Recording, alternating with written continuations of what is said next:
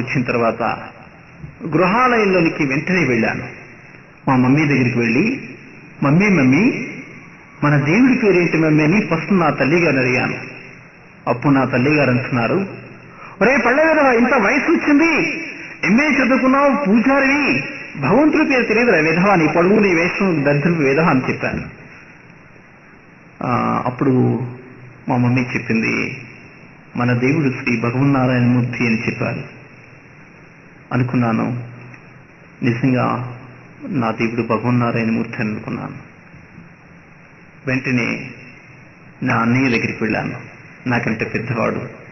అన్నయ్య మన దేవుడి పేరేంటి అని అడిగాను మా అన్నయ్య గారిని. అప్పుడు మా అన్నయ్య గారు సమాధానం ఏమి ఇచ్చారంటే, ఒరే పళ్ళే విధవ, ఇంత వయసు వచ్చింది, భగవంతుడి పేరు తెలియదురా విధవ, పూజారివరా విధవ అని చెప్పి మన దేవుడు శ్రీ స్వామియేశ్వరమయ్యప్ప అన్నాడు. తల్లి గారిని వెళ్ళినప్పుడు భగవన్నారాయణమూర్తి అని చెప్పారు. అన్నయ్య గారి దగ్గరికి వెళ్ళినప్పుడు స్వామియేశ్వరమయ్యప్ప అని చెప్పారు. వేదాలు చెప్తున్నాయి ఏకీభావ భగవాన్, దేవుడు ఒక్కడే. తత్వాధ్యాయతే, తత్వములు వేరైన దేవుడు ఒక్కడే. వేదాధ్యాయతే, వేదములు వేరైన దేవుడు ఒకడే. పుస్తకాధ్యాయతే, పుస్తకములు వేరైన దేవుడు ఒకడే. ఏకీ తృతీయ చైతన్యం వస్తే ఏకీభావం, త్రికాలంలో దేవాలయముల పేర్లు వేరైన దేవుడి పేరు ఒకటని చెప్తుంది. వేదాలు చెప్తున్నాయి దేవుడు ఒక్కడేని, తోట ఐహిందుల సహోదరులు చెప్తున్నారు దేవుడు ఒక్కడేని, బ్రాహ్మణోత్తములు చెప్తున్నారు దేవుడు ఒక్కడని, సర్వ ప్రపంచం చెప్తుంది దేవుడు ఒక్కడే అని. ఎవరు ఈ ఒక్క దేవుడు? ఈ ఏకనామ కలిగిన భగవంతుడు ఎవరు? నా గృహంలో అడిగితే నా తల్లితో ఒరే పళ్ళ విధవ భగవన్నారాయణమూర్తి అని చెప్పారు. అన్నయ్యతో ఒరే పళ్ళ విధవ మన దేవుడు శ్రీ స్వామియేశ్వరమయ్యప్ప అని చెప్పారు. ఇద్దరు రెండు విధాలైన పేర్లు చెప్పారు. నా తోడబుట్టిన వారు ఇద్దరు అక్కయ్యలు ఉన్నారు. పెద్దక్కయ్య పేరు అమ్మాసి, రెండవ అక్కయ్య పేరు ఉమాభారతి. పెద్దక్కయ్య దగ్గరికి వెళ్ళి, అక్క మన దేవుడి పేరేంటి అక్క అని అడిగాను. పెద్దక్క దగ్గరికి వెళ్ళినప్పుడు, తమ్ముడు మన దేవుడి పేరా? మన దేవుడు శ్రీ జయసంతోషమాత అని చెప్పారు పెద్దక్కయ్య గారు. అప్పుడు మరొక డౌట్ వచ్చింది. అక్క దేవుడి పేరేంటి అని అడిగినప్పుడు, అమ్మని అడిగితే ఒరే పళ్ళ విధవ ఇంత వయసు వచ్చింది దేవుడి పేరు తెలియదురా అని అడిగారు. అన్నీ నెడితే ఒరే పళ్ళ విధవ ఇంత వయసు వచ్చింది దేవుడి పేరు తెలియదన్నారు. నువ్వు పళ్ళ విధవ అనలేదు, డైరెక్ట్ గా జై సంతోషమాత అని చెప్పావు, కారణం ఏంటక్క అని అడిగాను.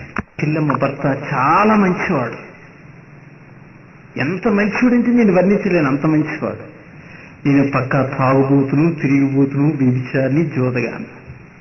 మా చెల్లి మా బావగారితో ఏమంటా తెలుసండి, మా అన్నయ్య ఎంత మంచోడో అంటానే. ఏమంటదండి మా అన్నయ్య? ఎంత?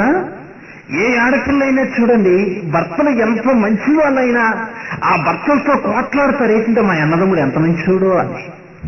కారణం ఏంటండి? పొట్టి చీరల కొరకే, కొరకండి, కన్నవారింటికి వెళ్ళిపోతుంది. అంటే దూషణ మాటలు తన సహోదరుని పలుకుట తన పెదవులకి అంటనేవారు. ఆ కారణం చేత నా అక్కలు నన్ను పళ్ళ విధవ అనలేదు. ఇకపోతే సాక్షులకు వస్తాను. అక్క మన దేవుడి పేరేంటి ఎక్కడితే, తమ్ముడు మన దేవుడి జయ సంతోషమాత అని చెప్పారు. చిన్నక్కయ్య ఉన్నది ఉమాభారతి, అక్క దగ్గరికి వెళ్ళాను.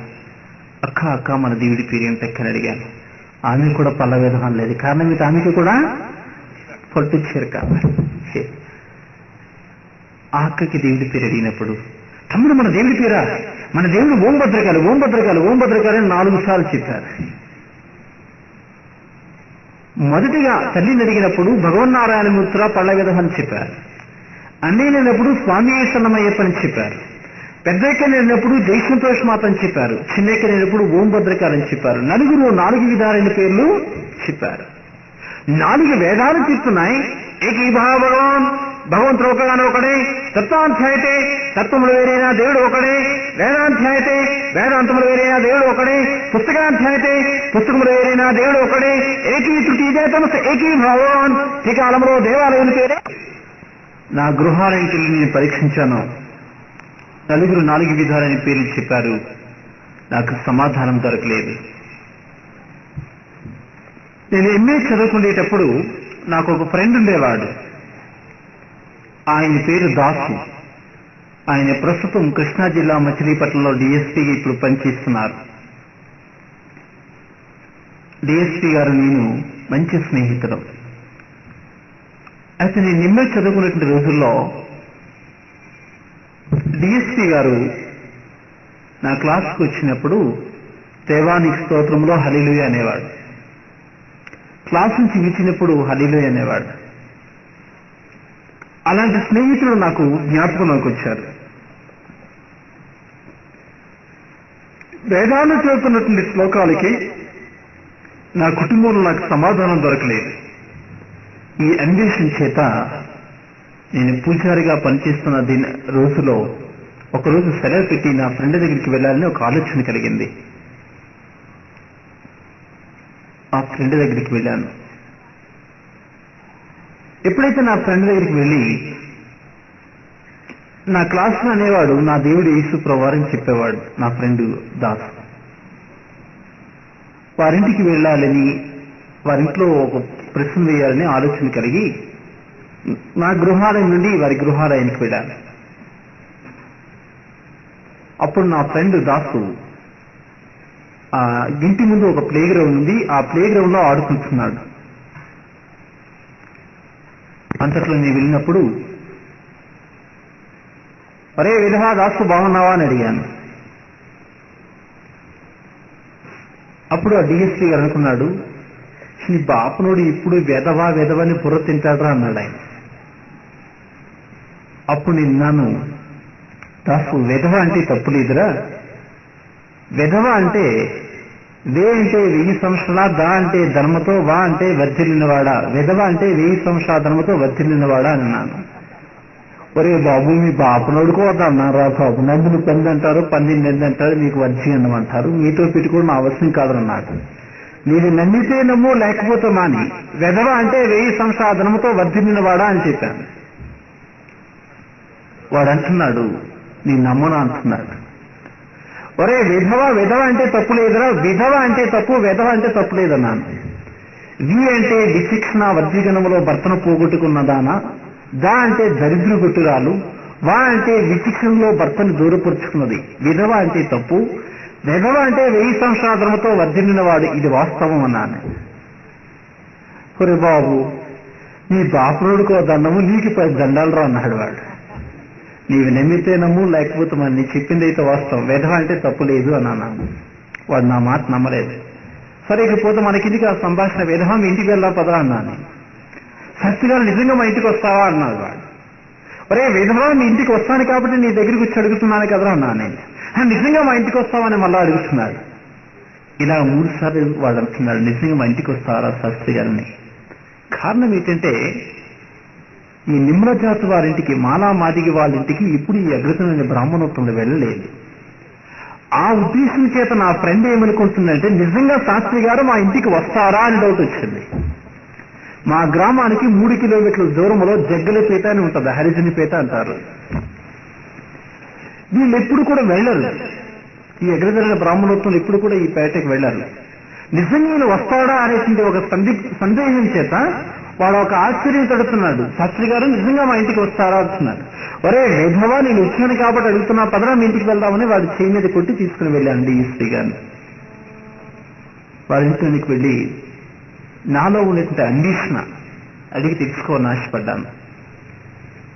వెంటనే గృహాలయంలో ప్రవేశించగానే, మమ్మీ కృష్ణయ్య శాస్త్రి గారు కుమారుడు నా ఫ్రెండ్ అని చెప్పాను కదా మమ్మీ, ధనంజయ శాస్త్రి వచ్చారు మమ్మీ అన్నారు. వాళ్ళ మమ్మీ డాడీ గారు వెంటనే లేచి నిలబడి ప్రైజ్ లార్డ్ బాబు అన్నారు. పంతులు గారికి దండాలు నమస్కారాలు తప్ప ప్రైజ్ లార్డ్ అంటే తెలియదు. ఏంటంటున్నారు నాకు అర్థం కాలేదు. ఆ పదం ఇప్పుడు కూడా నేను వినలేదు అసలు వీళ్ళు ఏమంటున్నారబ్బా అనుకునేవాడిని. ప్రైజ్ లార్డ్ అన్నాను. వాళ్ళందరూ నవ్వితే నవ్వండి, నాకైతే ఏం అర్థము కాలేదు. పంతులు గారికి ఏం పెడతాండి, దండాలు నమస్కారాలు అర్థం అవుతాయి, ఇంకేమీ కూడా అర్థము కాదు. నేను వచ్చే పని ముగించుకుని వెళ్ళిపోవాలనుకున్నాను. అంకుల్ మీ దేవుడి పేరేంటి అని అడిగాను నా ఫ్రెండ్ డిఎస్పీ గారి తండ్రి గారిని. బాబు మా దేవుడు యేసుక్రీస్తు ప్రభువారని చెప్పారు. అంటే మీ దేవుడి పేరేంటని అడిగాను. మా దేవుడు యేసుక్రీస్తు ప్రభువారని చెప్పారు. వారి చెల్లి మేరీ సరోజన్ ఉంది. ఆమె ఇంటర్మీడియట్ చదువుతుంది. ప్రస్తుతం ఇప్పుడు టీచర్గా పనిచేస్తుంది నూజివీడులో. ఆ పాప మీ దేవుడి పేరేంటి పాప అని అడిగాను. ఆ పాప అంటుంది, బ్రదర్ మా దేవుడు యేసుక్రీస్తు ప్రభువారని చెప్పింది. ఆ కుటుంబంలో నలుగురు ఒకే పేరు చెప్పారు. అంతట్లో నేను అతిథిగా వెళ్ళాను కావున చిక్కట హార్లిక్స్ కలిపి ఒక వెండి గ్లాసులో వేసి నాకు ఇచ్చారు.